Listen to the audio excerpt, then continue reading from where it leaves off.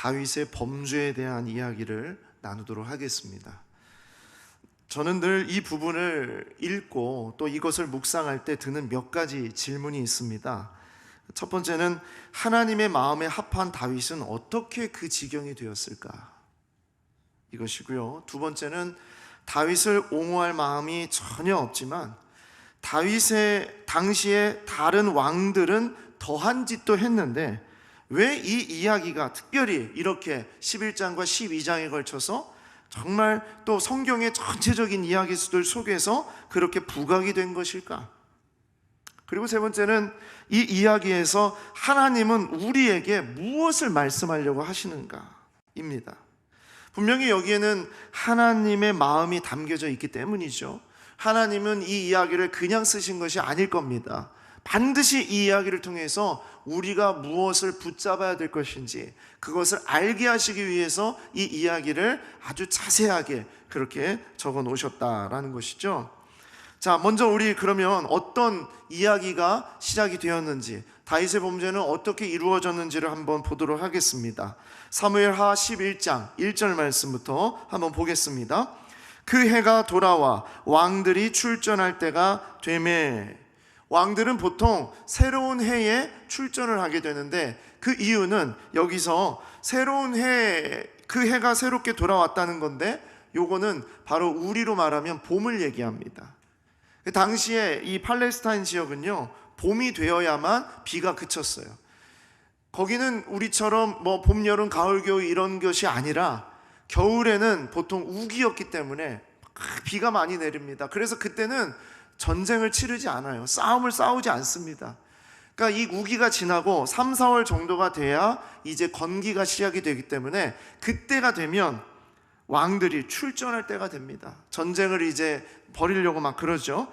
근데 그때 다윗이 요압과 그에게 있는 부하들과 온 이스라엘 군대를 보내요. 왜 보냈냐면 이 앞장에 나오는 암몬 자손들 때문입니다. 이 암몬 자손들이 너무 다윗을 너무나 힘들게 하고 마음을 어렵게 했거든요. 그래서 다윗이 그들을 가만두지 않으려고 했어요.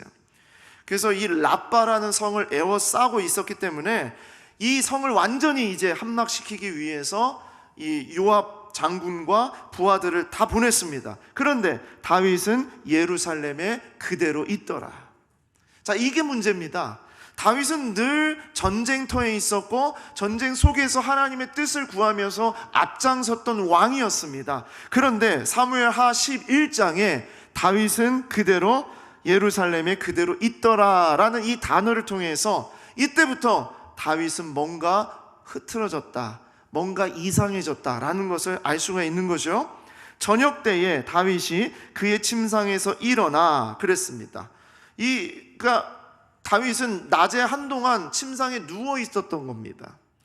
뭐 낮잠을 자려고 누웠는지 아니면 쉬려고 누웠는지는 모르지만 침상에 있었다는 얘기예요. 이스라엘 백성들은 전쟁터에 있지만 다윗은 침상에 있었다는 것을 말하고 있는 것이죠. 그리고 왕궁 옥상에 거닐다가, 이 왕궁 옥상은 이스라엘 성 가운데서 가장 높은 곳에 지었어요. 그러니까 왕궁의 옥상이니까 가장 높은 곳이겠죠. 그 옥상에서 거닐다가 그곳에서 한 여인이 목욕을 하는 것을 보았어요. 당시의 가옥 구조가 그랬습니다. 높은 곳에서 낮은 곳을 바라보게 되면 낮은 곳에 있는 집들이 어떤 마당에서 무엇을 하는지가 다 보이는 구조였어요. 혹시 부산에 여러분 감천 문화마을이라는 곳에 가보신 분들은 아실 텐데, 저는 이제 부산에 있으면서 가끔씩 그곳을 갔는데 그쪽 교구를 제가 맡았기 때문에 제가 그곳을 잘 압니다. 그곳에 가면 감천 문화마을에 가면은 집들이요, 산에서부터 저 밑에까지 층층층이 집들이 쫙 되어 있어요. 그래서 위에서 바라보게 되면 저 밑에 집에서 마당에서 뭘 하는지가 다 보입니다. 근데 우리나라는 좀 가옥이 좀 이렇게 오밀조밀하게 되어 있는데 이스라엘은 널찍하게 되어 있었거든요. 그러니까 위에서 바라보게 되면 다 보이는 거예요. 마당에서 뭘 하는지.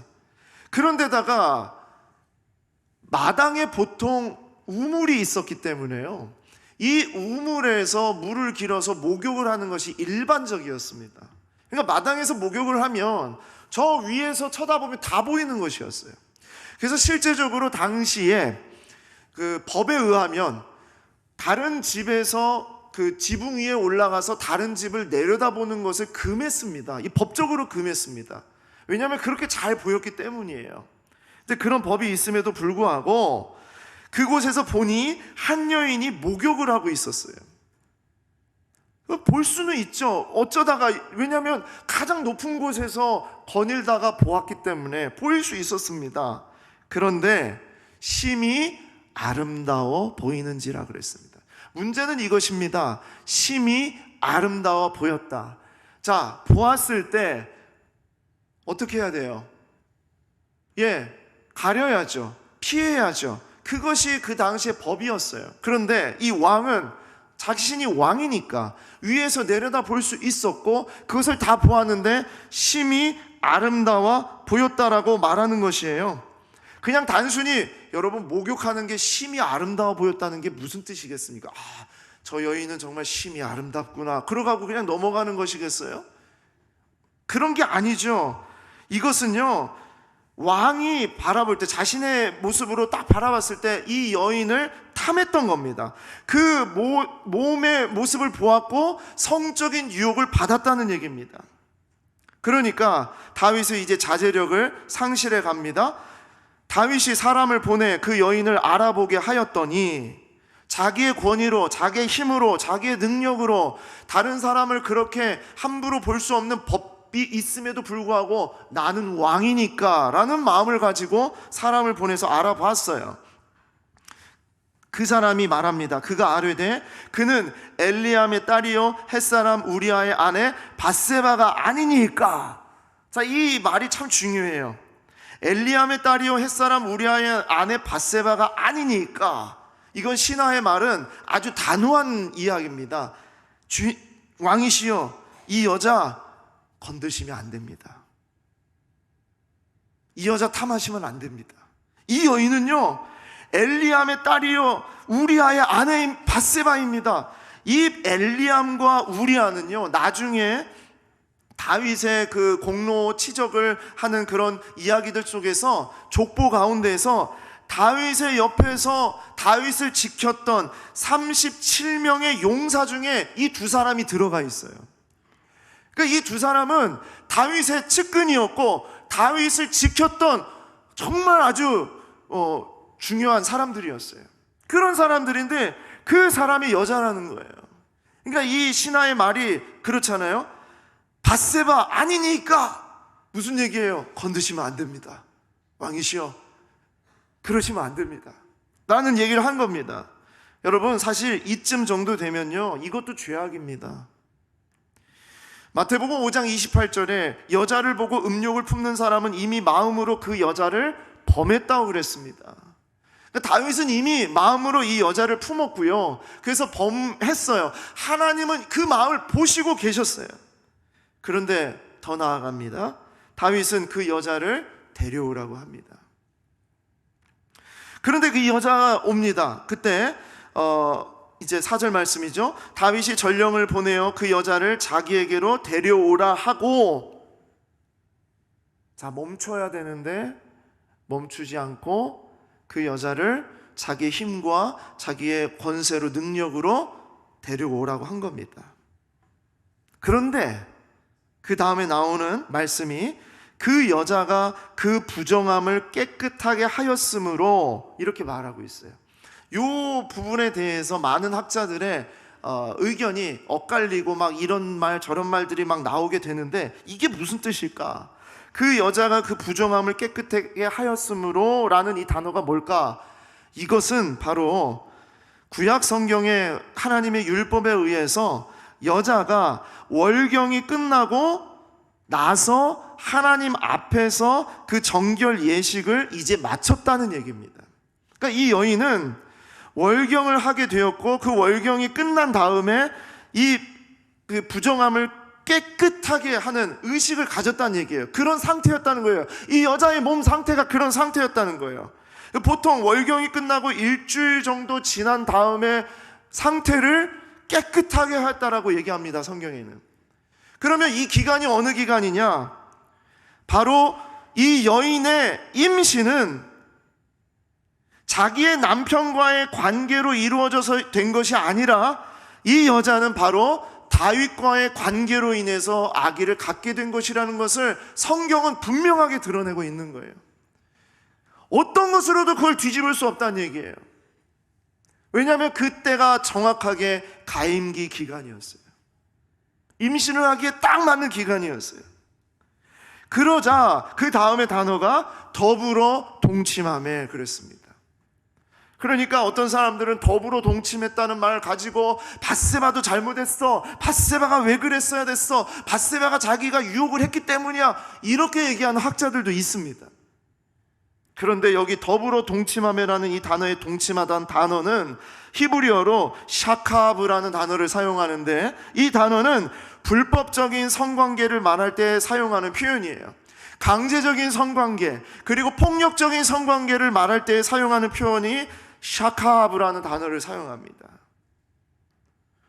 앞에서도 말씀드렸습니다만 어떤 사람들은 밧세바의 행동에도 문제가 있다고 지적을 합니다. 왕이 궁에 있다는 걸 다 알면서 왕이 보이는 곳에서 목욕을 하고 있어? 밧세바가 또 왕이 요구를 했을 때 거절하거나 거부했다는 내용이 없어? 뭐 이런 내용을 가지고 밧세바도 잘못했어 라고 얘기하는 사람들이 있는데, 하지만 그 어떤 이유도 불문하고요, 이 모든 일에 대하여 다윗의 범죄를 변호할 수 있는 것은 단 하나도 없습니다. 왜냐하면 성경은 이 모든 일의 초점을 다윗에게 두고 있고요, 그 모든 결과도 다윗이 짊어져야 했기 때문입니다.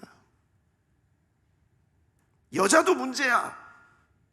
아닙니다. 이것은 완전히 다윗의 범죄고요, 다윗의 이야기를 통해 우리에게 주시고자 하는 말씀이 있는 것입니다. 우리는 그것을 봐야 됩니다. 자, 이 일이 일어난 다음에 다윗은 밧세바가 임신한 걸 알게 되었습니다. 이 일에 대한 관계를 이제 꾸미기 시작을 해야 돼요. 왜냐하면 이것은 너무나도 명백한 자기의 잘못이었고 자기의 범죄였기 때문이에요. 그래서 다윗은 충신이었던 우리아가 이 일에 대해서 알게 될 경우에 왕의 신뢰와 나라를 위한 충성을 잃어버릴 뿐 아니라 모든 백성들이 자기를 향해서 이렇게 공격할 것을 알았기 때문에 다윗은 한참 전쟁 중인 곳에 있던 우리아를 평화로운 왕궁으로 소환합니다. 이유는 단 한 가지입니다. 자신의 범죄를 덮으려는 관계 때문입니다. 사람이요, 어떤 죄를 짓게 되면 그 죄를 덮으려는 것에 에너지를 쓰게 되죠. 근데 그 에너지를 쓰게 될 때에 아주 집중력을 가지고 에너지를 써요. 그게 바로 악한 집중력이에요. 다윗은 지금 그럴 때가 아니거든요. 자신이 전장에 나가지 않는다면 이 궁에서라도 하나님 앞에 이 전쟁을 놓고서 기도하면서 매달리는 사람이었잖아요. 그런데 어찌하여서 다윗은 자기의 범죄를 덮으려고 이 악한 집중력을 가지고 자기의 모든 에너지를 쓰고 있느냐 말입니다. 그것도 전쟁터에서 충성스럽게 싸우고 있는 우리아를 불러서 그에게 얘기합니다. 겉으로는 마치 요압과 이스라엘 군대가 평안한지 괜찮은지 안부를 묻는 것 같으면서 집으로 가서 빨리 쉬어라.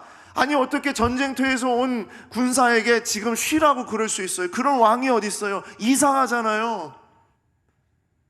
그런데 이 왕은요, 자기의 음식까지 내어주면서, 먹을 것까지 풍성하게 내어주면서 집으로 가서 쉬라고.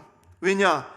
밧세바와 동침하게 해서, 부부가 동침하게 해서 자기가 한 그 잘못을 덮어버리려고 했던 바로 그 짓을 한 겁니다. 그런데 우리아는 오히려 다윗을 부끄럽게 합니다. 사무엘하 11장 11절 말씀입니다.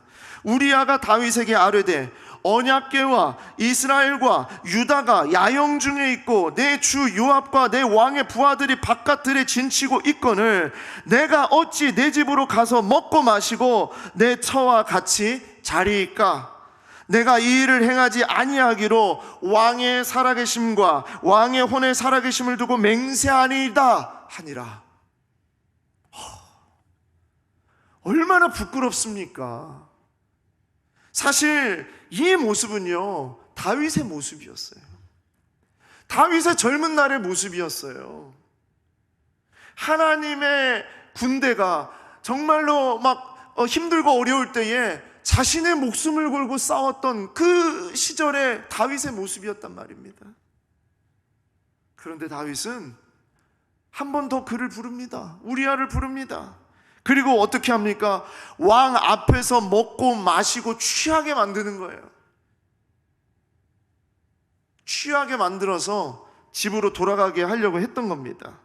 어떻게든 집으로 들어가게 해서 우리아가 그 아내와 함께 잠자리를 갖게 함으로써 다윗은 그 아기가 자기의 아기가 아니라는 것을 꾸미려고 그러한 행동을 이렇게 하고 있는 것이죠. 그런데 그 밤에도 우리아는 집으로 가지 않고 자신의 부하들과 잠을 자는 것입니다. 자, 그러자 다윗은 멈춰야 할 지점을 지나버립니다. 그리고 어떻게 합니까? 그냥 우리아를 죽이기로 작정합니다. 욕심이 잉태한 즉 죄를 낳고 죄가 장성한 즉 사망을 낳느니라. 사무엘하 11장 14절 말씀을 보겠습니다. 아침이 되매 다윗이 편지를 써서 우리아의 손에 들려 요압에게 보내니 그 편지에 써서 이르기를 너희가 우리아를 맹렬한 싸움에 앞세워 두고 너희는 뒤로 물러가서 그로 맞아 죽게 하라 하였더라.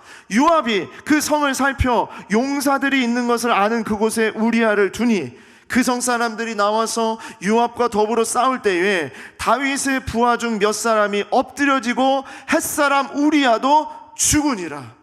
죽지 않아야 될 사람이, 다윗에게 충성을 했던 사람이 그 자리 가운데서 죽임을 당하게 되는 거예요.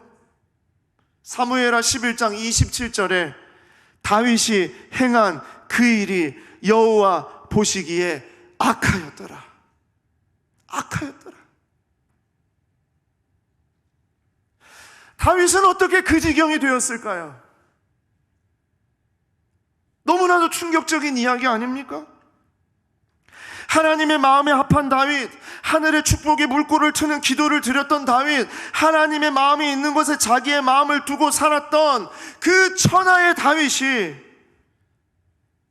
죄의 문제 앞에서 너무나도 형편없이, 너무나도 엉망진창으로 그렇게 무너질 수밖에 없었다는 것을 성경은 우리에게 얘기하고 있는 것입니다.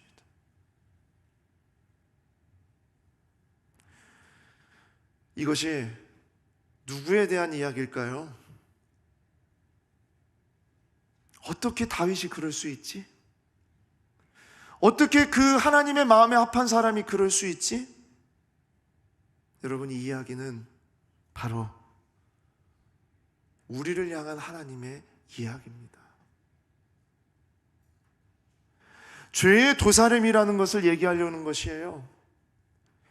하나님을 믿고 하나님을 의지하고 하나님을 바라보면서 사는 그런 우리의 삶이, 우리가 앞으로 걸어가야 될 삶이 이렇게 있다 하더라도요, 우리는 언제든지 여지없이 이렇게 엉망진창으로 완전하게 무너질 수밖에 없다라는 것을 말씀하고 있는 겁니다.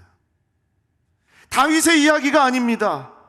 이것은 우리에게 둘러싸고 있는 죄의 도사림에 대한 이야기입니다. 죄가 얼마나 무서운 것인지. 도살이다라는 단어를 들어보셨습니까? 도살이다.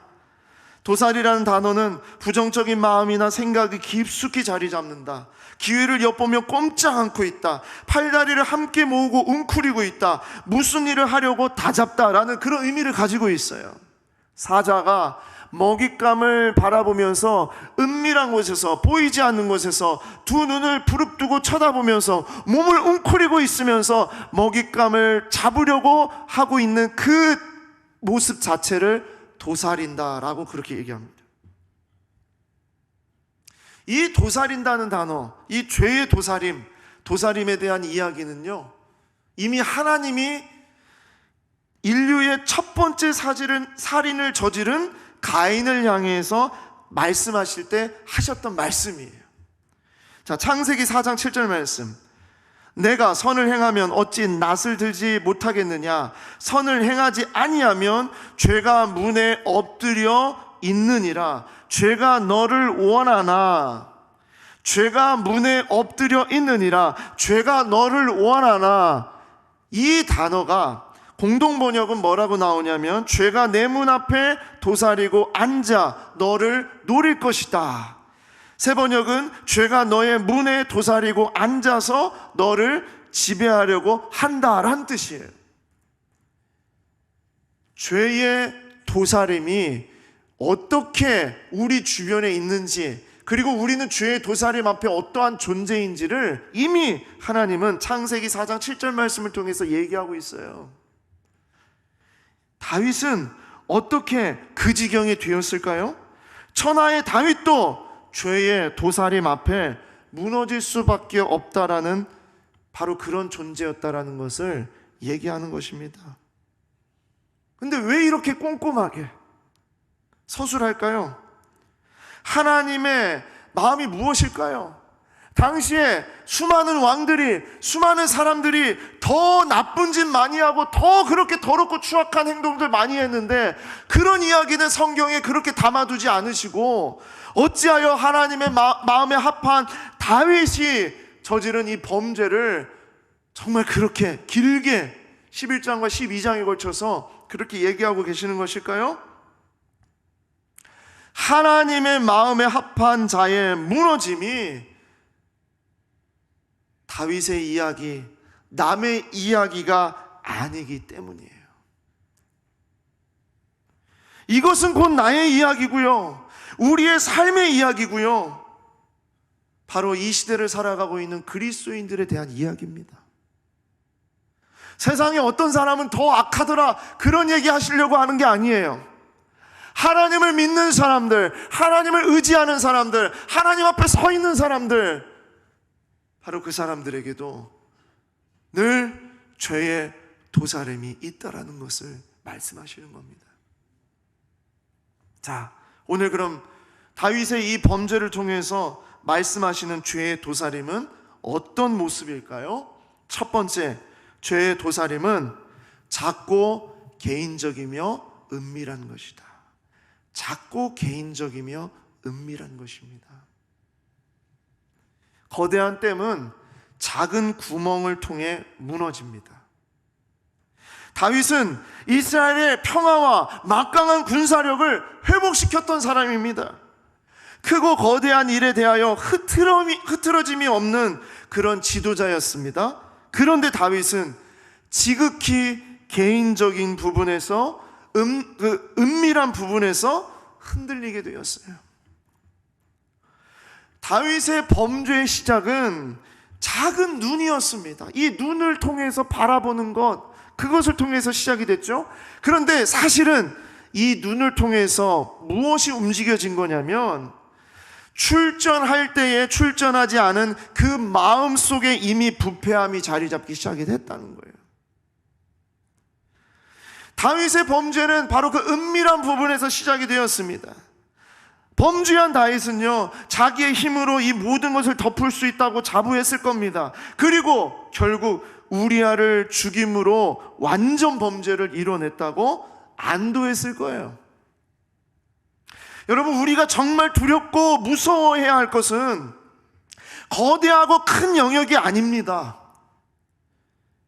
일상적인 영역, 가까운 사람과의 사이의 영역, 오래 알고 지낸 가족 간의 영역, 언제든지 내 손으로 통제할 수 있다는 그런 영역에서 우리의 거대한 인생, 거대한 삶이 완전하게 무너뜨려지는 죄의 도사림이 있다는 것을 얘기하고 있는 것입니다.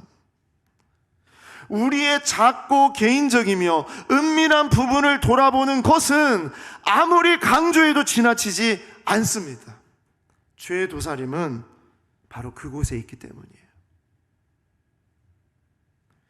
저는 이전 교회에서 청년들을 많이 상담을 했고 또 젊은 부부들을 많이 상담을 이렇게 했는데, 제가 상담을 하면서 깜짝깜짝 놀라는 경우가 있습니다. 중직자의 자녀, 리더와 교회의 리더와 오랫동안 교회를 섬겼던 그런 중직자의 자녀들과 이야기를 나눠보면서 그 자녀들이 어렸을 때부터, 겉으로는 몰랐지만 어렸을 때부터 부모로부터 상처와 고통스러운 그런 학대를 당하고 어려움을 겪게 되었던 그런 상처로 살아가고 있는 사람들이 너무 많다는 거예요. 교회에서 보았던 모습하고 전혀 달라요. 정말 아버지가 그랬단 얘기야? 어머니가 그랬다고? 당신의 남편이 당신한테 그런 말을 했다고요? 당신의 아내가 그렇게 행동했다고요? 언어의 폭력이, 그리고 모든 게 다 거짓말이야. 입만 열면 거짓말. 그냥 거짓말이 가득해.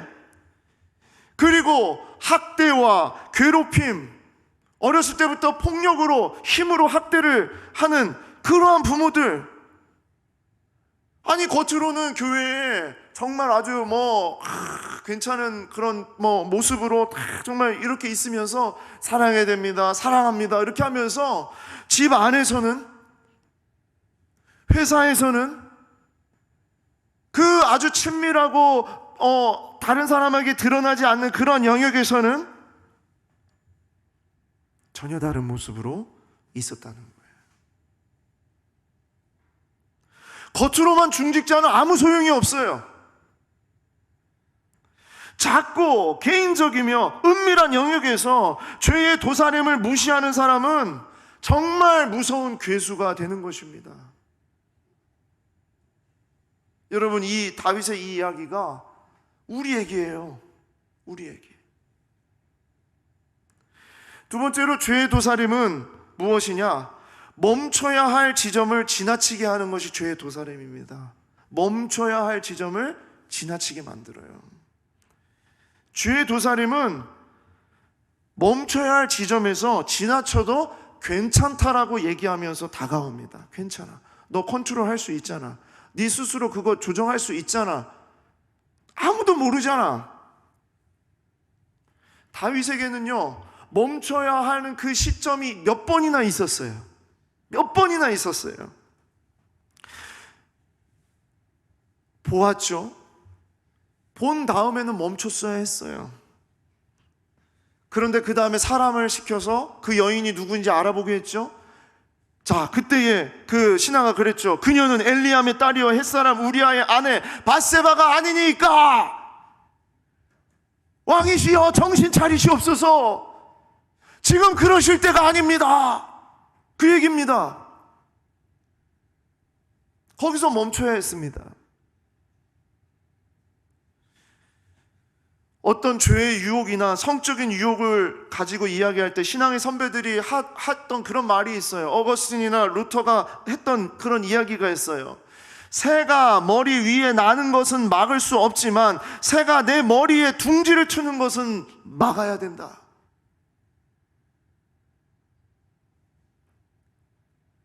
무서운 것은 그 멈춰야 할 지점에서 그것을 넘어서게 하는 힘이 생긴다는 거예요. 괜찮아. 넘어설 수 있어. 그 다음에도 컨트롤할 수 있어.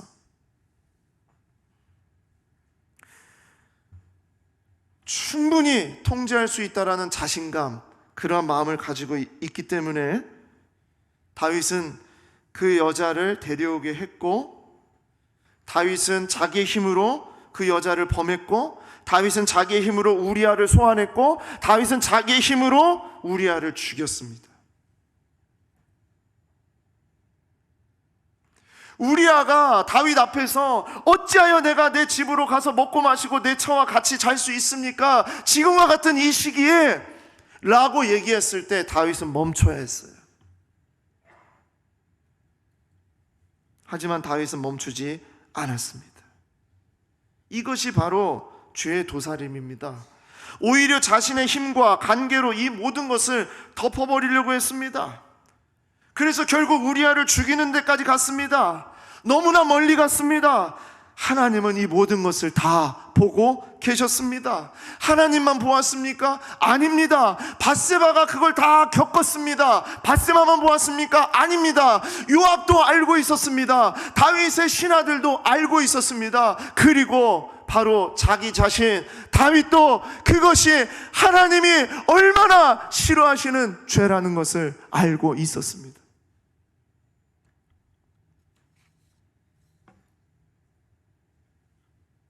죄의 도살임 세 번째는 점점 더 깊은 수렁으로 빠져들게 하는 겁니다. 점점 더 깊은 수렁으로. 죄악은요, 순간 달콤합니다. 저는 가끔 이 이야기를 할 때에 콜라 얘기를 하는데, 저는 콜라를 좋아합니다. 콜라가 나쁘다, 뭐 문제 있다 그런 얘기를 하려는 게 아니라, 콜라의 광고를 보게 되면요, 얼마나 정말 정말 청량하게 만들고 그 다음에 갈증을 해소하게 만드는 음료로 막 이렇게 보여주잖아요. 그렇죠? 그러면 야, 정말 콜라 한잔 하면 좋겠다 막 이런 얘기 하잖아요. 여러분, 모든 갈증을 다 없애주는 것 같지만 콜라를 마시면은요, 조금만 지나면 갈증은 2배로 늘어나게 돼 있어요. 죽을 것 같은 그 갈증감이 막 몰려오게 되는 거예요. 물을 먹지 않으면 안 되는 거예요.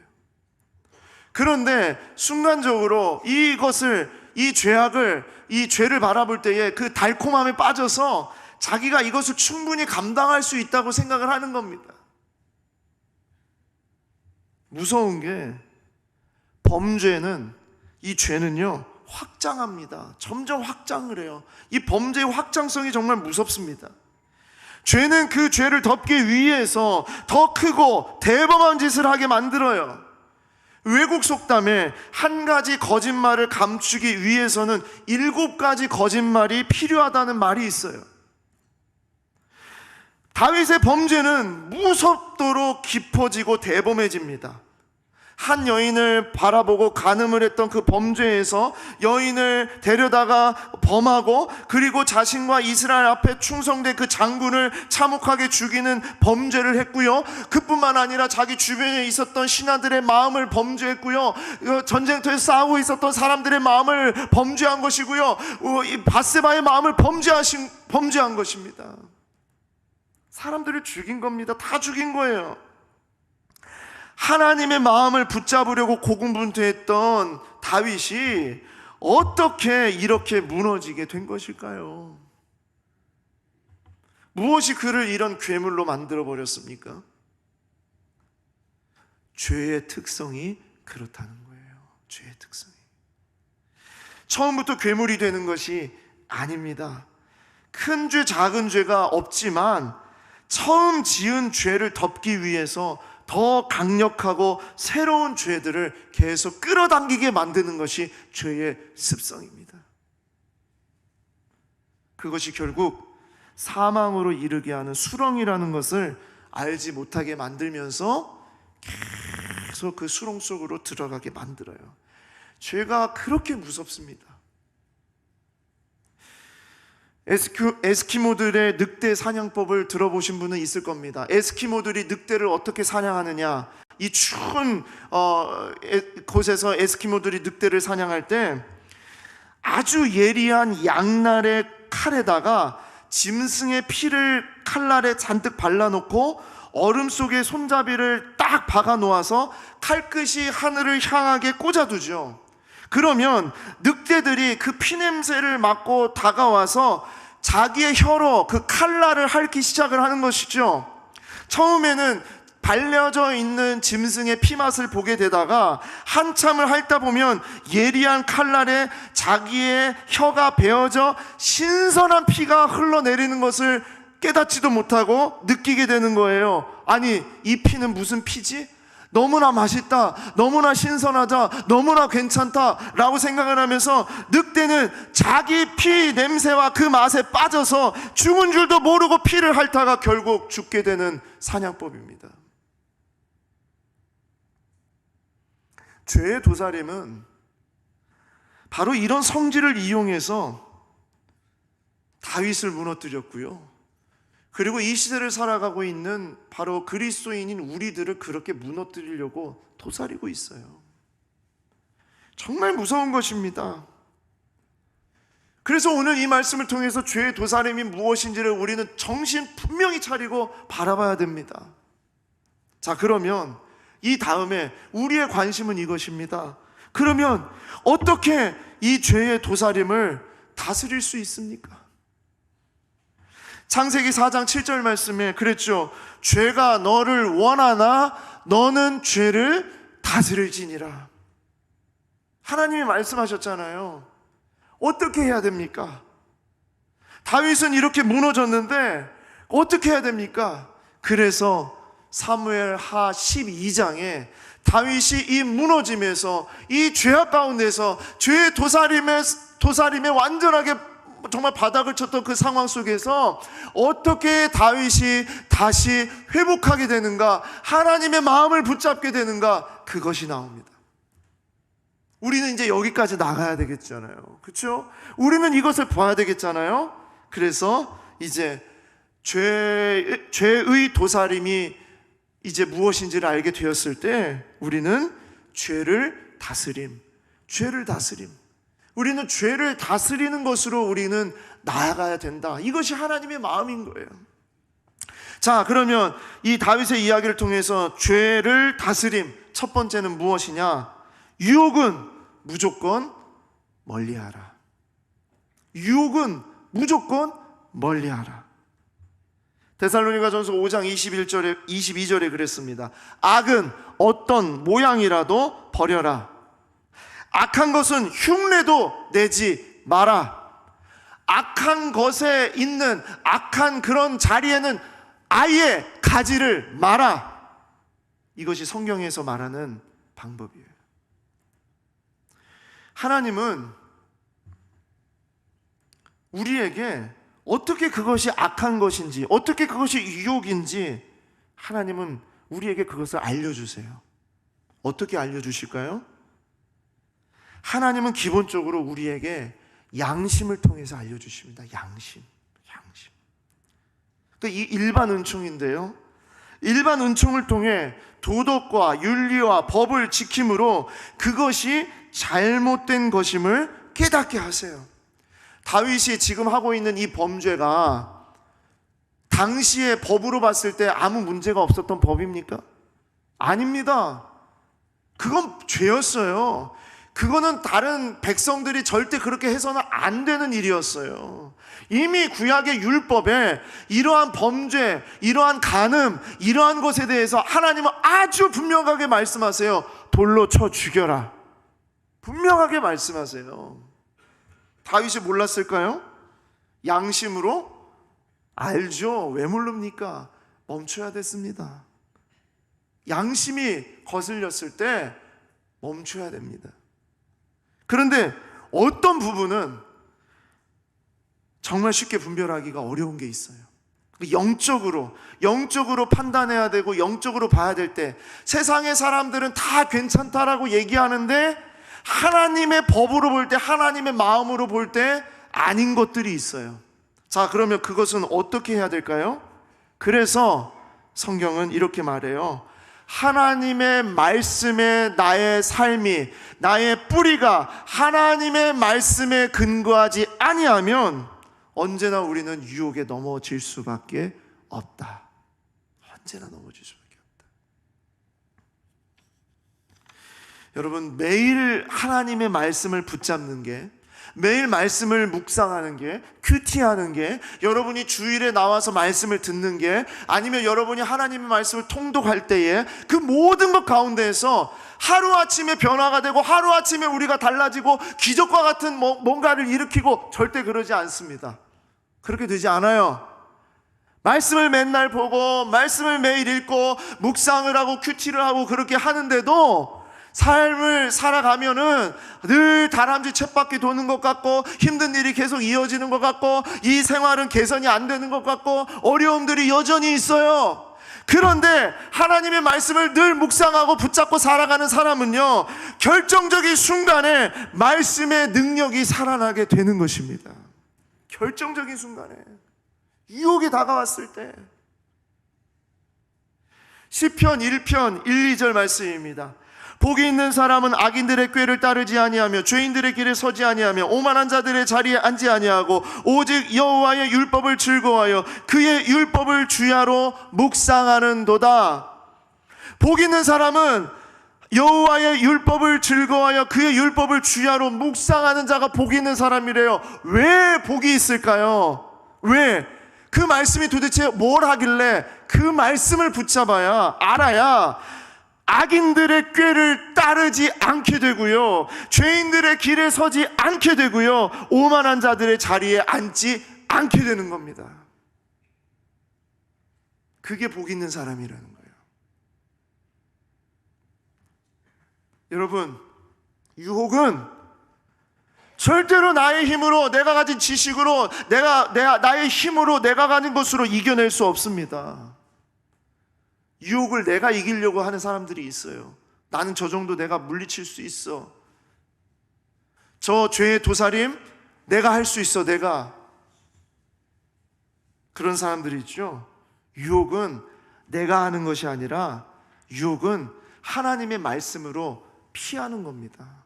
하나님의 말씀을 붙잡게 되면 유혹이라는 것이 분별이 돼서 그곳에 가지 않게 되는 거예요.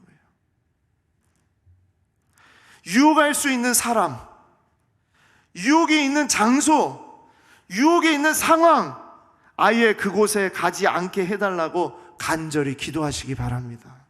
정말 간절히 기도하셔야 됩니다. 우리들의 이야기만이 아니라 우리 자녀들에게도 말씀하셔야 돼요. 절대로 죄의 도살임은 너의 힘으로 이겨낼 수 있는 것이 아니란다. 하나님의 말씀을 붙잡아야만 이길 수 있다. 피할 수 있다. 그리고 하나님의 말씀을 가까이 하면서 그것이 유혹인지 아닌지 분별하셔야 됩니다. 하나님의 말씀을 늘 가까이 하셔야 돼요. 그리고 나의 상황을 믿을 수 있는 믿음의 사람들을 찾아서 도움을 요청해야 됩니다. 죄를 다스림 두 번째가 무엇이냐? 죄를 정말 잘 다스리기 위해서는 두 번째, 믿음의 사람들을 가까이 하라라는 것이에요. 믿음의 사람들을 가까이 하라. 다윗은 자기가 한 이 범죄를 완전하게 완전 범죄로 다 해결한 줄 알았습니다. 시간도요 오래 지났어요. 이 밧세바가 임신한 아기가 이제 태어날 즈음 때까지 되었습니다. 그때까지 어떤 누구도 다윗에게 이 죄에 대해서 이야기하지 않습니다. 이미 우리아가 죽었고요, 그리고 신하들은 지금 벌벌벌 떨죠. 다윗의 왕권이 얼마나 지금 하늘 높은 줄 모르고 치솟는 그런 때였는데요, 함부로 얘기할 수 없습니다. 그런데 그때에 다윗에게 누가 나타납니까? 나단 선지자가 나타나는 거예요. 나단 선지자. 나단은 예언자로서 죄에 대해서 얘기를 해야 했고, 그것도 왕의 죄에 정면으로 맞서야 되는 자리에 있었던 사람입니다. 다윗이 그 죄를 인식하도록 하기 위해서 나단에게는 뭐가 필요했겠습니까? 용기와 지혜가 필요했을 거예요. 그래서 나단은 이 다윗의 죄를 바로 지적하지 아니하고 하나의 비유를 가져다가, 하나의 이야기를 가져다가 이야기를 시작합니다. 그것이 12장에 시작되는 부분이죠. 이 이야기를 이렇게 전하게 되면서, 그러면서 나단은 점점 그 이야기가 누구의 이야기인지를 깨닫게 하는 그런 이야기로 전개를 해나갔어요. 그리고 너무나도 선명하게, 정확하게 다윗의 죄를 지적합니다. 사무엘하 12장 7절 말씀에 나단이 이야기입니다. 나단이 다윗에게 이르되 당신이 그 사람이라 이스라엘의 하나님 여호와께서 이와 같이 이르시기를 내가 너를 이스라엘 왕으로 기름 붓기 위하여 너를 사울의 손에서 구원했는데 그러한데 9절 말씀 어찌하여 내가 여호와의 말씀을 업신여기고 나 보기에 악을 행하였느냐 내가 칼로 햇사람 우리아를 치되 암몬 자손의 칼로 죽이고 그의 아내를 빼앗아 내 아내로 삼았도다. 하나님이 이걸 다 아시지 않습니까? 왕이시여 지금 당신이 하고 있는 그 모든 일들이 죄악이 아닙니까? 이야기를 하는 것이죠. 저에게도 가끔 욕을 하는 친구가 있습니다. 얼마나 욕을 잘하는지. 그런데 예수 믿는 친구예요. 예수를 믿어도 잘 믿는 친구입니다. 이 친구가 그냥 TV에서 어느 교회가 뭐 이랬다, 어느 목사가 이랬다, 뭐 그런 뉴스만 보게 되면요, 바로 그냥 전화를 해요. 전화를 해가지고 야, 너 하면서 저한테 정신 똑바로 차리고 살아야 돼, 말씀대로 살아야 돼 하면서 그 다음에 이제 욕을 하는 거예요. 야, 이게 욕을 합니다.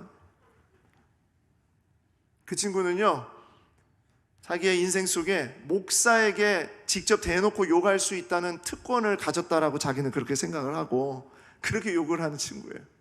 그런데 저는 그 친구의 입술을 통해서 정신을 차릴 때가 한두 번이 아니에요.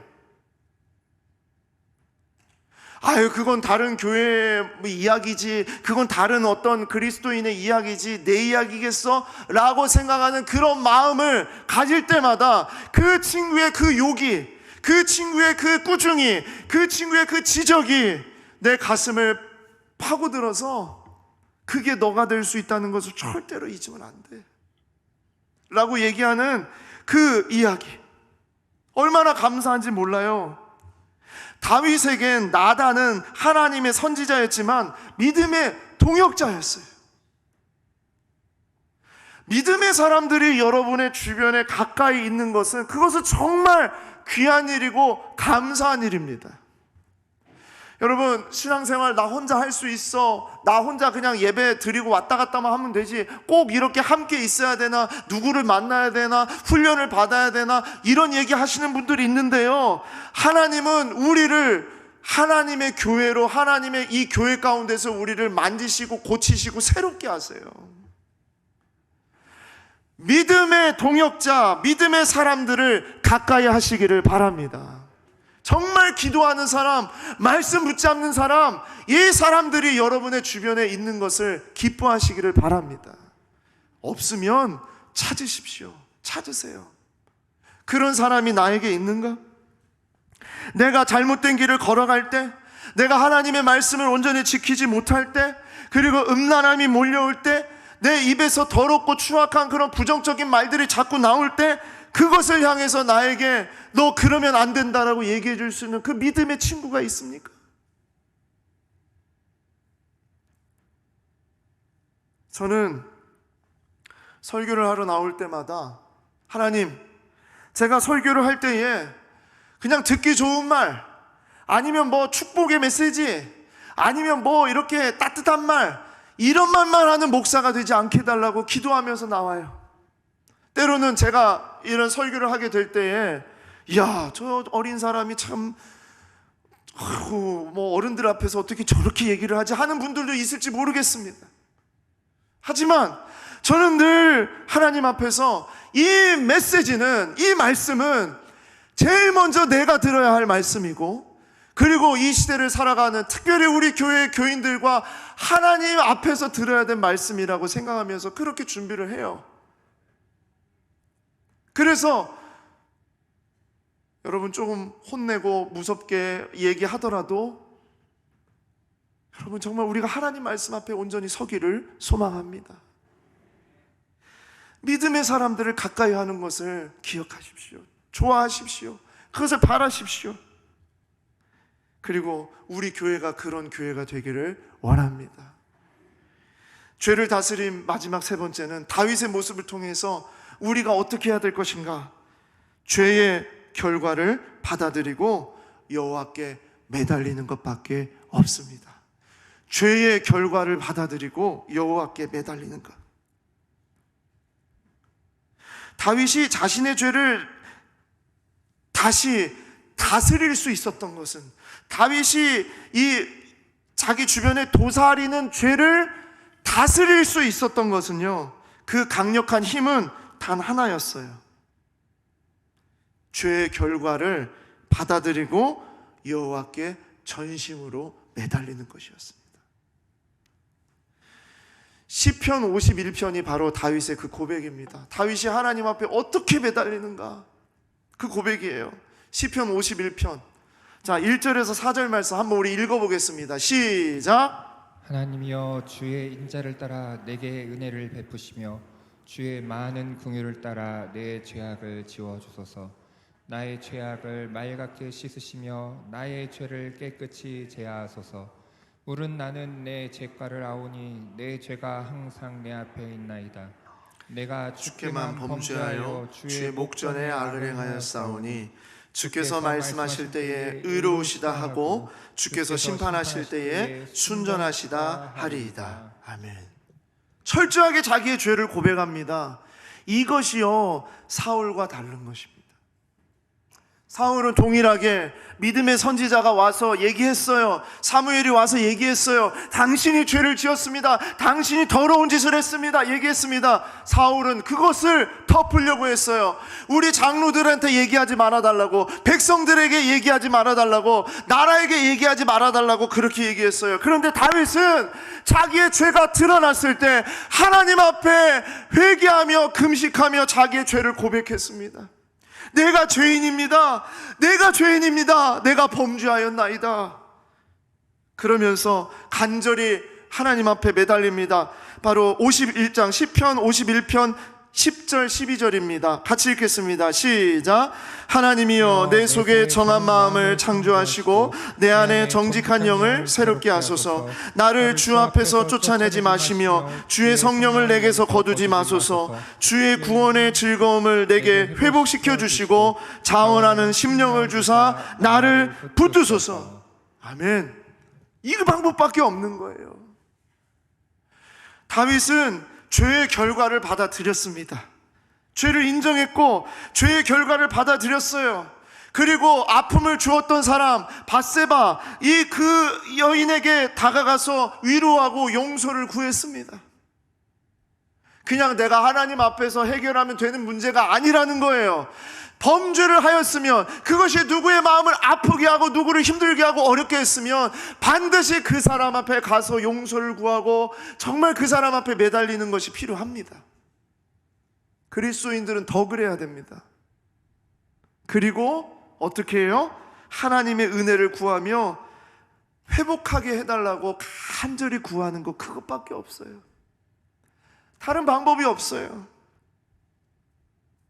이 죄의 도사림을 다스릴 수 있는 힘은 결코 나에게 없어요. 그 힘은 오직 하나님에게 있습니다. 하나님 앞에 매달리는 겁니다.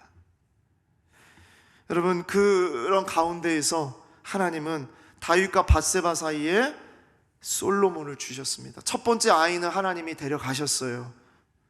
범죄함 가운데에서 낳은 그 아이를 데려가시고 하나님은 솔로몬을 주셨어요. 그리고 말씀에 솔로몬을 사랑하셨다 그랬습니다. 하나님이 솔로몬을 사랑하셨다. 뭐예요? 온전한 회복이 주어졌다는 겁니다. 그런데 우리가 아는 것은 그건데 자세히 보니까 사실 이 솔로몬은요, 밧세바와 다윗 사이에서 낳은 두 번째 아들이 아니고요, 네 번째 아들입니다. 자, 이 이야기는 무엇을 얘기하냐면, 첫 번째 아들은 하나님이 데려가셨죠. 다윗은 그래서 막 금식하면서 하나님 앞에 기도했잖아요. 그랬는데 솔로몬이 나와서 솔로몬은 하나님이 사랑하셨다고 했잖아요. 그러면 둘째 아들과 셋째 아들이 있었다는 얘기입니다. 자, 이 이야기는 무엇이냐? 첫 아이가 죽고 둘째와 셋째 아이를 낳고 솔로몬에 이르기까지 그 오랜 시간 동안 다윗은 하나님 앞에 매달렸다는 얘기입니다. 하나님 앞에 하나님께서 은혜를 주시고 하나님께서 이것을 회복시키실 때까지 다윗은 매달렸다는 얘기예요. 그 오랜 시간 다윗은 하나님께 그렇게 매달렸던 것입니다. 사랑하는 성도 여러분, 우리 주변에는 언제든지 죄의 도사림이 있다는 것을 정말 우리는 이걸 놓쳐서는 안 됩니다. 정말 우리 분명히 기억해야 됩니다. 그러나 그렇게 해서 때로는 무너지고 아파하고 여전히 우리는 그렇게 형편없이 죄 앞에서 그렇게 엉망진창이 될 때가 있다 하더라도요, 우리는 다윗과 같이 다시 그 죄를 다스리는 자리에 나아가기를 소망합니다. 그것은 유혹은 하나님의 말씀으로 무조건 멀리하는 것, 그리고 믿음의 사람들을 가까이 하는 것, 그리고 죄의 결과를 받아들이고 여호와께 매달리는 것. 그런 상황 속에 나를 무너뜨리려는 이 죄의 도사림을 죄를 다스림으로 바꿔갈 수 있는 그러한 삶이 우리 가운데 주어질 줄 믿습니다. 그런 마음을 붙잡고 이번 한 주 또 우리 인생을 살아가기를 원합니다.